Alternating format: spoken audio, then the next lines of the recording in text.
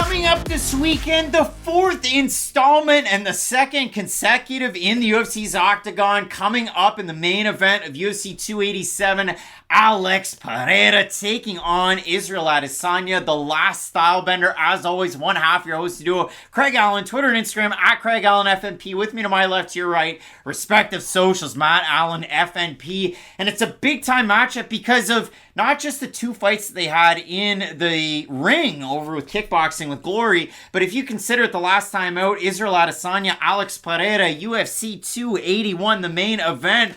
Adesanya, he was well on his way to winning. He had already won 3 of the 4 rounds that had taken place, the second round going to Pereira. But man, if you watch Pereira in that 5th and final round, cutting the cage, throwing his hooks, and every single time he crowded space, went to the body, up to the head, he really got a big reaction out of Israel Adesanya. So looking to make it 2 straight there. For Pereira, it would be his 8th straight win because he dropped his pro debut by submission. He is obviously the noted one of the greatest kickboxers of all time. The middleweight, light heavyweight champ over there, simultaneous with Glory at the point in time. But for Pereira, inside of the UFC's Octagon, the wins, by now you know them. Michailidis, Bruno Silva, Sean Strickland, and Adesanya. For Adesanya, comes in against now PFL champ Rob Wilkinson, and he was off to the races. The only losses inside of an MMA cage for Adesanya, one up a weight class to Jan Blachowicz, where he struggled against some of the wrestling and the striking of the bigger man, and his last time out against Mr. Alex Pereira. And for Pereira, for his troubles, Matt, on our year-end award show, he was like the co-champion of the year. We had Volkanovski and Pereira for what he was able to do. But I know you put a lot of stock into, as you should, that last fight that Pereira had against Adesanya. This is the thing. This fight, to me, exists inside of a bubble outside of the middleweight division. I know that's a weird thing to say, but I'm going to sit here right now and tell you guys, if Alex Pereira was fighting Robert Whittaker this weekend, you know who I would have picked in that fight? Robert Whittaker, and not even thought twice about it, if I'm being honest. Like, I know how MMA math works. I know you guys would say, oh, but Izzy beat Rob, and Pereira's beat Izzy, so of course he'd win that matchup. But no, Pereira to me is really just Israel Adesanya's like own opponent in life and nothing else. Because, and I know that's a wild thing to say, but Pereira, I don't think is going to have a lot of competitive matchups with guys in the top 15. Now, I say that not to say he's not going to beat guys in the top 15, but when I say they won't be competitive, do I sit here and look at the top division and think, oh, there's a lot of close fights by the end of the 5th round that Pereira would be involved in? No. Either he knocks everybody out in the first 6 minutes of the fight, or their grappling would probably get to him as the fight goes on. So to me, this is a very interesting fight, but it is difficult to look at Alex Pereira, to me at least, and think, oh, how is he going to match up against everybody else? Because he is such a primary kickboxer, and I know he has proven that he is more than just that in his UFC tenure, but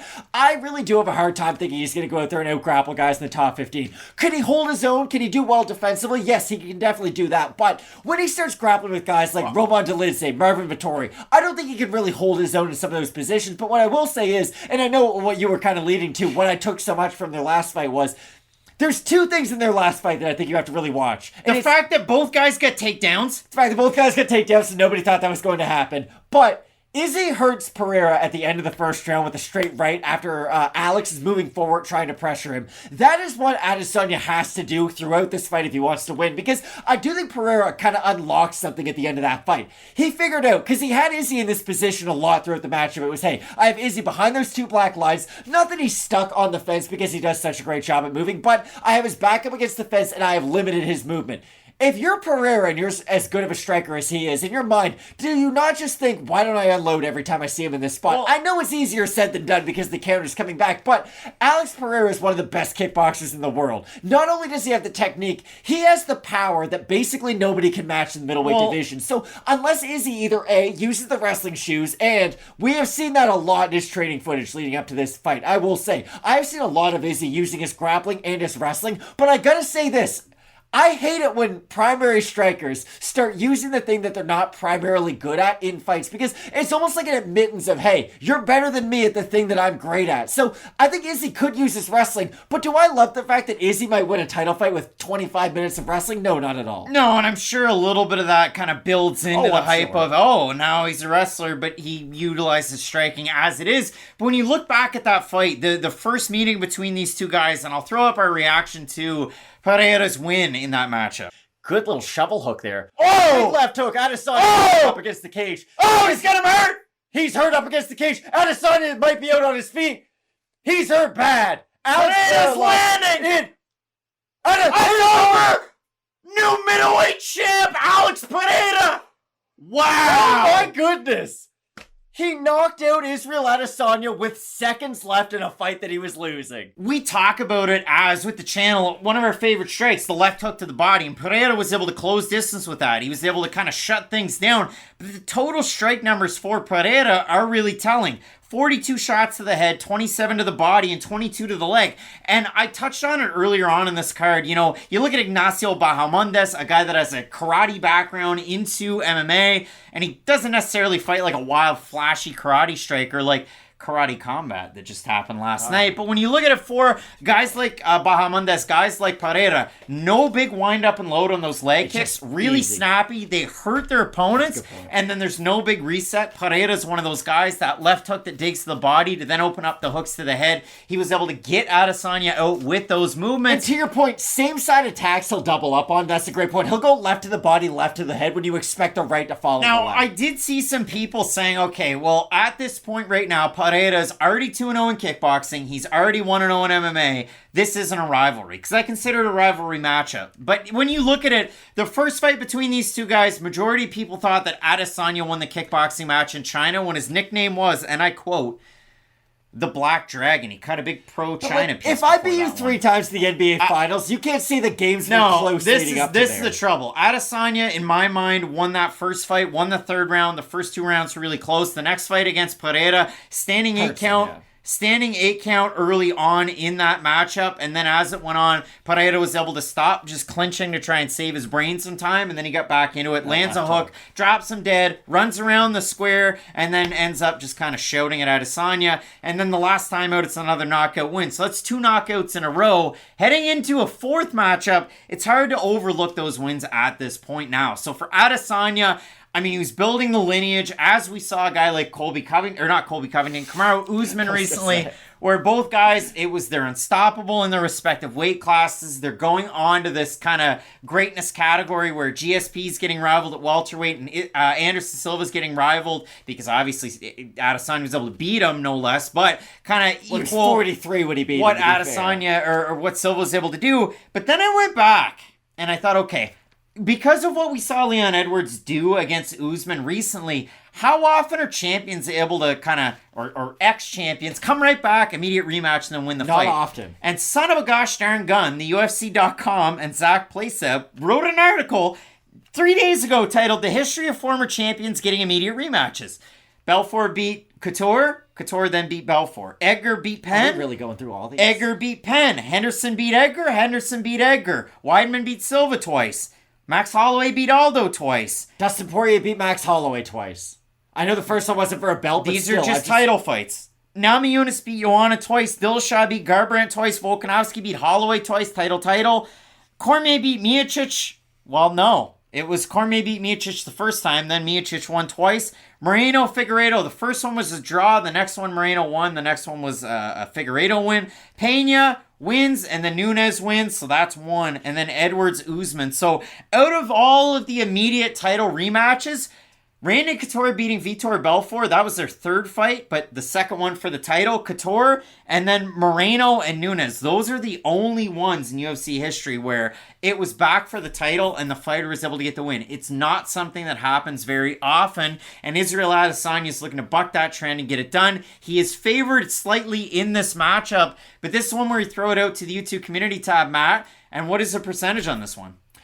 Alex Pereira is a big favorite. He has a 65% of the vote right now, as Israel Adesanya only has 35, which is a little bit surprising, A, based on where the votes were, and based on where the odds are off of 1,200 votes. 1,200 total votes on our YouTube community tab. Out of the comments, Izzy better come out in a singlet, says Chandler Witt. Russ Gaudette, I think Izzy's going to mimic Sandhagen last week and outperform Alex. That's a decent call, to be honest. Which, yeah, I mean, Marlon Vera was put in a pretzel in that matchup. Bill Cipher saying Pereira KOs him again. I don't see Adesanya winning if he keeps up his game plan of throwing 1,000 feints with nothing behind them and getting backed up to the fence. And one more, we'll go with Stay Dedicated Love. Sorry, I think there's some people that you just can't beat, and Izzy has found that guy. So, Matt, has he found that guy? I think he has. And, nothing about my MMA knowledge would suggest that Israel Adesanya should be able to win this fight. And I don't think Israel Adesanya is a 9.99999 out of 10 in striking. The problem is, that is what he does. Like, I know he has some other parts to his game, but that is who he is. He is basically as good of a striker as he possibly can be. I say basically as good of a striker as he possibly can be because Alex Pereira exists. And I brought up my whole point at the start of this video for a reason.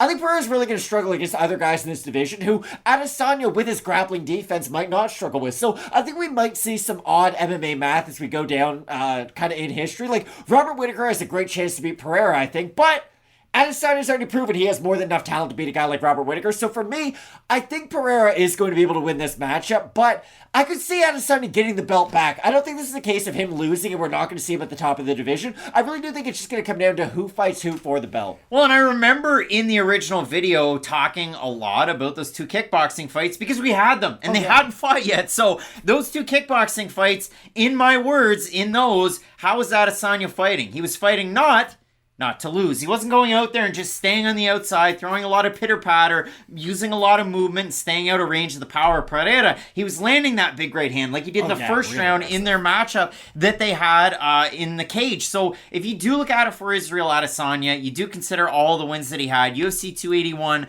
that really big blip in the middleweight radar for Adesanya hanging out on the back foot, hanging out behind that black line in the octagon, assuming that it's going to be another big cage at the Miami-Dade Arena.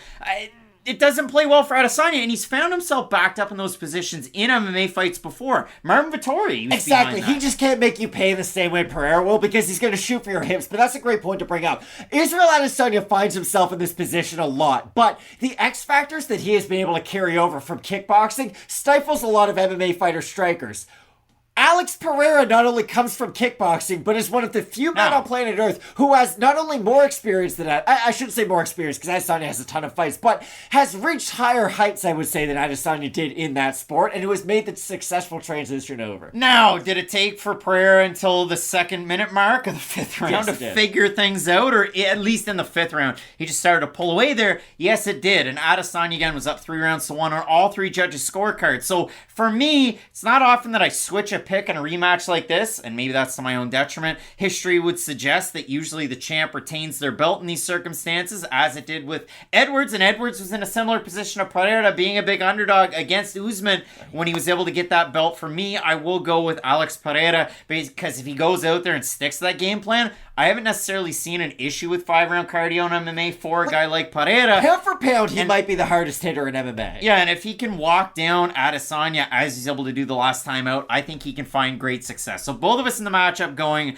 with Poatan, Alex Pereira. Matt, I mean, on the last card, Vera versus Sandhagen, some people already touched on it. It was definitely a great card. Corey Sandhagen really cemented himself up near that top end of the division, was able to leapfrog from 5 to 3 to keep himself up there. Last weekend, you had, as I mentioned, Karate Combat, Game Bred Boxing, the PFL, Fight Circus with Bob Sapp and Rampage Jackson. It was a weird weekend. Doing workouts sports. In the same shirt, they have a lot of press going on. My wife and I were excited about it. It was behind a paywall. I was excited about Game Bred. It was $50 Canadian. You think I'm paying for that? So I didn't watch it. I just watched the highlights. But Matt, when it comes down to this card, you know we got you covered on that UFC action. And for this one, question mark kicks 2 hours before the prelims here on the channel. There's been a wave of you subscribing, but not enough of you that are watching that are subscribing. So you got to hit that subscribe button and toss us a like. It really does help us. It's free and it takes 2 seconds. We want to boost this channel up here in 2023, and it's coming at you with fights like this. We're really excited about it. Hopefully you like the intro and all of the video breakdowns. You're going to want to keep locked in with Fight Night Picks. We always say, let's get into it.